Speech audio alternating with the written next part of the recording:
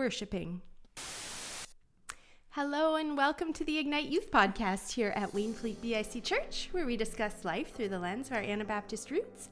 My name is Julie Adams, and I'm joined by our summer intern, Sierra Kiewit. Yes. Welcome back, Sierra. It's been a few weeks since you've been here.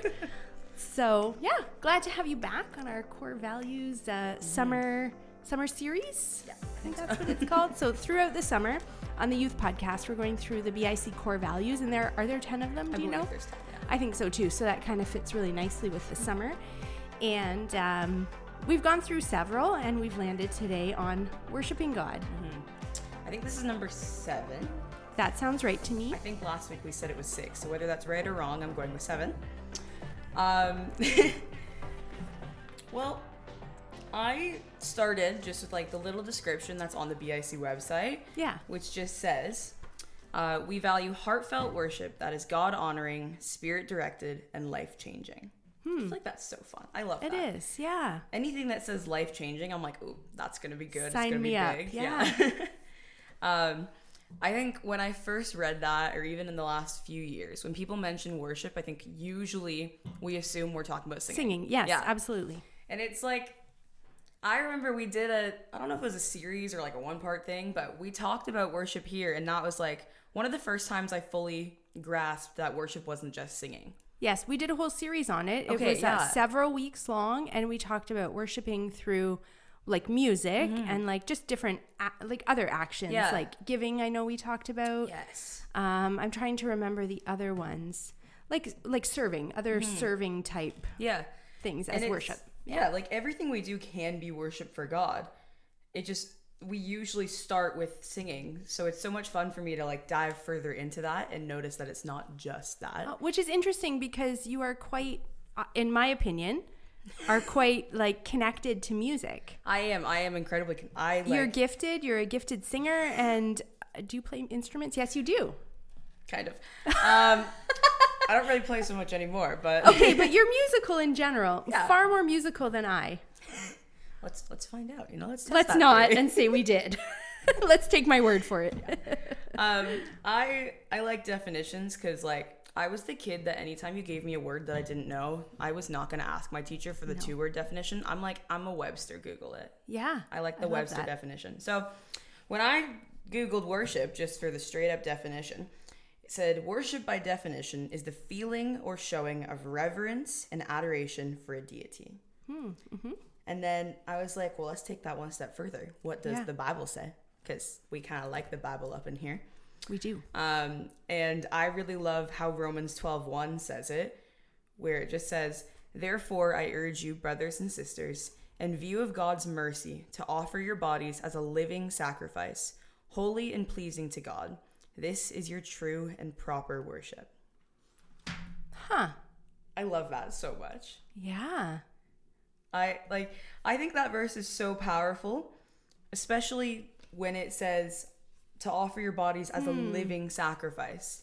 So worship is a sacrifice? Kind of. Like, God proceeded to send his son to die as a sacrifice for our sins. Yes. And our only way to basically thank him is to worship him with our living sacrifice. And I just love to see that comparison. Like, he died for us, so we're living for him. Yeah. Mm-hmm. Yeah. So we get to live in worship, in adoration for him because he was able to do that. Yeah. I just think that's so cool. That is very cool. And if we go into, now, when we think of worship, I know people often make comments about like people my age and Gen Z. And in our society, we tend to worship other things that aren't necessarily God, like phones, celebrities, things like that. But even in the Bible, they did that. Not necessarily phones, I'm assuming. Yeah. But things like golden statues. There was like a golden cow, I think, at some point, right? Mm-hmm. Like, there was. Which is, that's a choice, but it works. And like, I can't even understand how that makes sense because God literally sent his son to die. Like, if we run it back to the living sacrifice thing, why would we choose to worship our phone when there is a man who literally sent his son to die for us? Yeah. Like, it's crazy. Well, they're a few reasons for that, probably. But I don't want to go there. Okay. Now, come back next week. Yes. No. Don't worry, it's Wes next week. Oh, so yeah, perfect, come back next week. Go for it. Yeah. When I was looking into like the BIC value side of it, like the second, well, actually the entire thing of their little blurb says God honoring, spirit directed, and life changing. And I was like, okay, tell me more. Yeah. So I got Wes to get me a book that was somewhere in his office. I don't really know where it came from, but it's there now. And it goes far more in depth on each of the core values. And it's got Which book was it? Do you remember?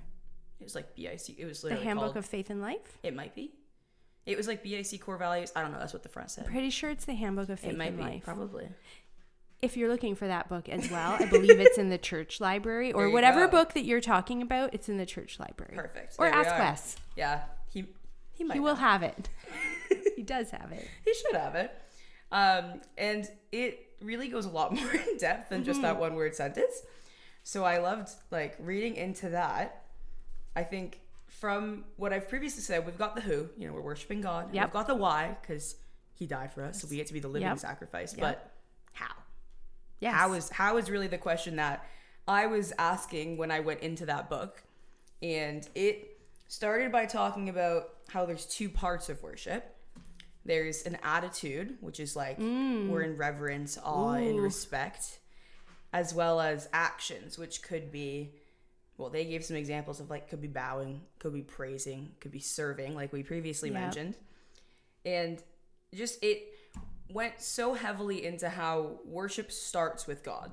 Yep. Not with ourselves, which I think can be something we often struggle with in this day and age. Yep. Especially if we go into the music side of it.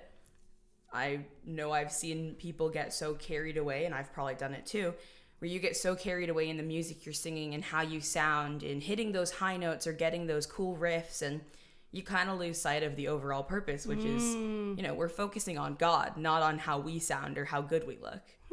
Interesting. I know I don't sound good, so maybe that's why I don't.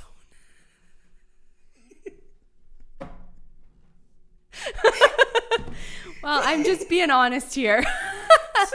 Sometimes I have been in situations where you hear people who are not necessarily on key, but we just say they're making a joyful noise. Yes, It's not necessarily an on pitch noise, but it's a joyful noise, and that's good enough. Like God does not care if you're on pitch. Good. That is a relief to hear today.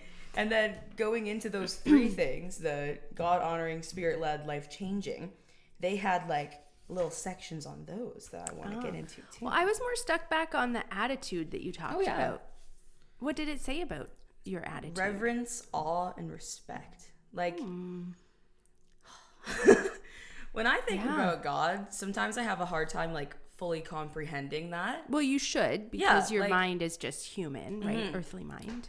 Dang it. I know. Just a human. Okay, hang in there. But like, if you run it back to everything he did, or like the more I learn about God, the more I read my Bible, the more I go to church and learn, the more I'm like, oh my goodness, you are that good. Yeah. Like God is that awesome. And that's where that awe, that respect, that reverence comes from. Because I'm like, oh my goodness, I could never do that. No. Only he could. Yeah. Like even when I was younger and trying to comprehend the idea of like Jesus being perfect, I was like, well, I feel like I sin like every 2 seconds. Like not necessarily on purpose, but like I cannot imagine being perfect. And no. He was purely perfect, like without fault at all. So why wouldn't I have awe and respect and be in reverence to him? Yeah, for sure. It's just, it's such a cool concept. And I feel like as much as sometimes my attitudes toward God like could be frustrated, I'm like, what are you doing? Yep. At the same time, the only reason I'm like, what are you doing is because I'm like, well, you could do it. Because he's that powerful. So I should be respecting him. I should be in awe of him. Yeah. And it all just comes right back there. All right. Enlighten us on the next three. Yeah. So it starts with God honoring, which is, I mean, literally what we've been saying. Yes. But like, it went into how God has invited us first to come and worship him because we can admit that we're not enough alone and that we need him. And, you know, worship's not, like we said, about the big thing, the big action, the showy, whatever. Yep. But it's like the integrity of us engaging in a relationship with God and engaging in that awe or showing respect to him as we worship him. Consistently, maybe, that's what I'm hearing under the surface, is like a consistency with it too. Yeah. And, you know, whatever our worship is, it can be worship as long as it's like that. Like there's no box of it has to be singing or it has to be serving. It's like you can worship God in so many different ways. And I've been learning more and more about that in my life. When I was in Norway with one of my friends, she's an incredibly gifted like visual artist, which is certainly not my gift. I cannot draw for the life of me, but she like, I would be sitting there and writing words and I'd look over 2 seconds later, she has this absolutely gorgeous watercolor painting. And she was not, I kicked something. Okay. Wasn't She me, was so not the biggest singer. Yeah. Which is where my area may have been. But she created this beautiful watercolor image of like Jesus washing someone's feet. That's lovely. And like wrote a Bible verse on it and was able to share that with people. And that was like one of her methods of worshiping God. Yeah. And it was so God honoring. And it was a way that I had never thought of. And I try to learn to do more things like that. And I'm trying to find more ways that I can worship God that aren't just singing to like build my abilities. But it's just, as long as you're being God honoring, it takes you out of that box of I have to do it this certain way. And I love that. And we've got spirit led, which is more on like, when we talked about attitudes and actions, this one's definitely more on the action side. Okay. Which is when we've accepted God as our leader and we're being spirit led, we can worship however we want. Yeah. Because we're being spirit led. And if God is, like the Holy Spirit is in us, showing us how to do this, then anything can be your worship. Like even those mundane tasks can be worship if you're praising God through it. Yeah. Like I find it so funny to watch people when we're singing, when some people are, you know, like when I think of praise, some people are up in the front mosh pitting like Derek Shirk, you know, like running around doing this and it's crazy. And other people, you see them find it easier, not easier, but more powerful when they're down on their knees. Yep. Or they're like closing their eyes out with their eyes shut. Yeah. And they're being called in very different ways, but they're being led by the Spirit. And there's no way that's better than another, which I think is another concept we sometimes don't get. If I'm not standing here with my hands out like this and my eyes aren't shut, it doesn't make my worship any less powerful. And it doesn't make my worship more powerful to be up and jumping and have my hands up. Yeah. Everybody worships differently, and at different times we feel spirit led to worship differently. And in 1 Samuel 16:7, it says, humans look on the outward appearance, but the Lord looks on the heart. Which is like that in a nutshell. Yes. We may see people worshiping in different ways, but God is just looking at their heart. And he's like, wow, you're worshiping and you're worshiping. He's not like, oh, you've got your hands up and you don't. He's like, wow, you guys are worshiping. Like, yeah. If we're honoring God and the presence of his Spirit is the reality in our hearts, then it's beautiful spirit-led worship. Yeah. And we have our last one, which is life-changing. Through worship, we can discover more of who God is and build our relationship with him.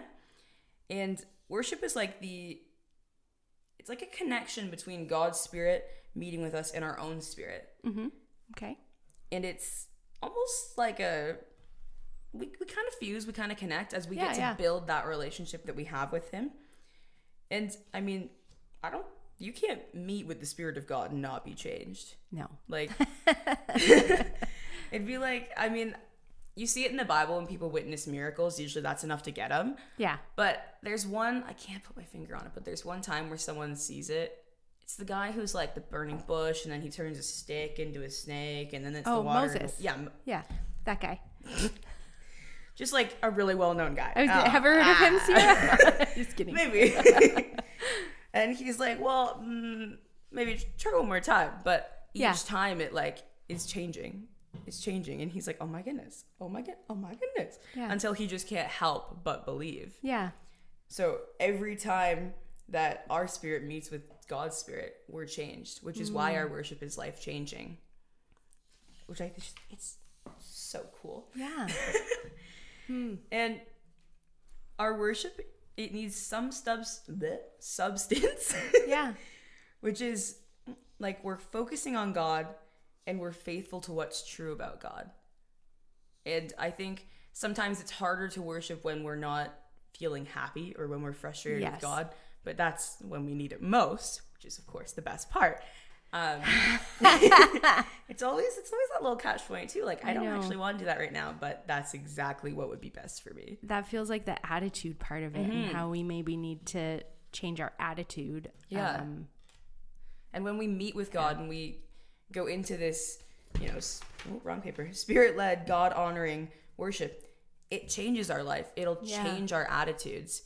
It's not necessarily going to change the circumstance we're in. No. But it can definitely change the attitude we have going into that.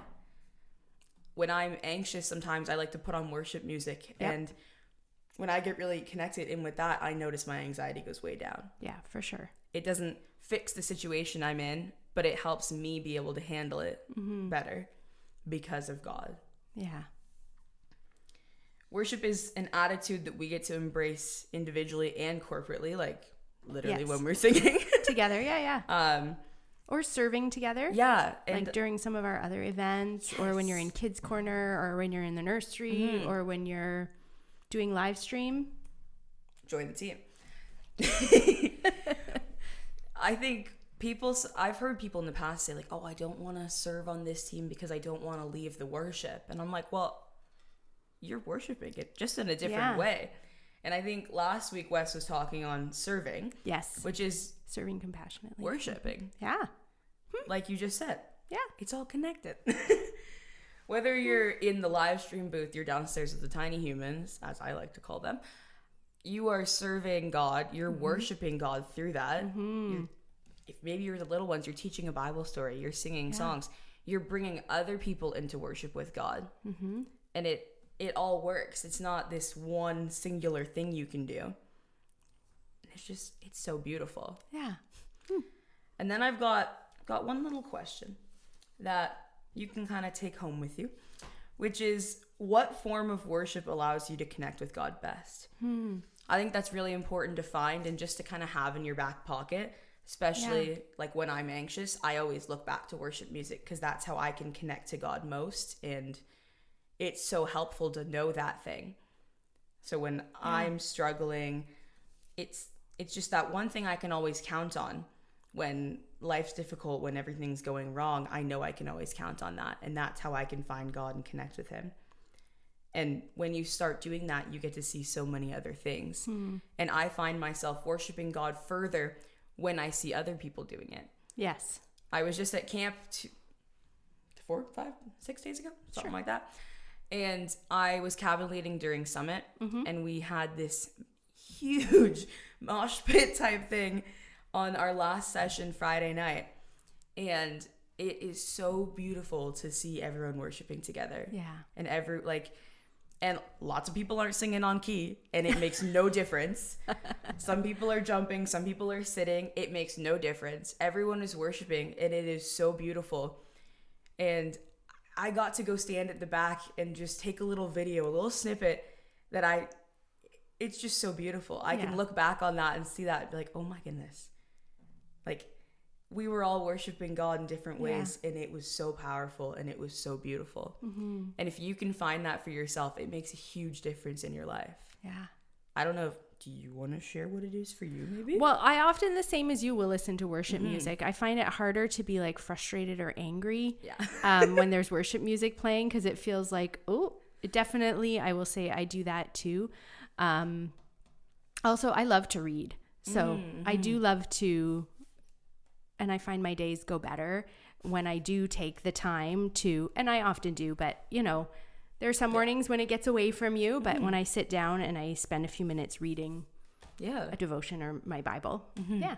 So there you go. Yeah. I would challenge you, whoever you is, to this week or right now to think about what form of worship lets you connect with God the easiest, and to just keep that in mind, to try to go further into that, to try to do it more often. Like you said, it doesn't have to be perfect. You don't have to do it every single day. You're not going to lose out on it because I lost my streak of worshiping God in this way. It's not Duolingo. It's not Duolingo. You've got many second chances. God does not have a limit. And it's just so powerful when you can learn that in your own life. Yeah.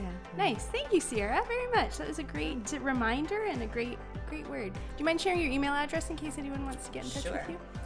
It's SKIEV, part of my last name, 321@gmail.com. Awesome. Thank you. My email address is julie@waynefleetbic.com. And thank you for tuning in today. And we look forward to continuing the series next week. Have a great week. Bye. Bye.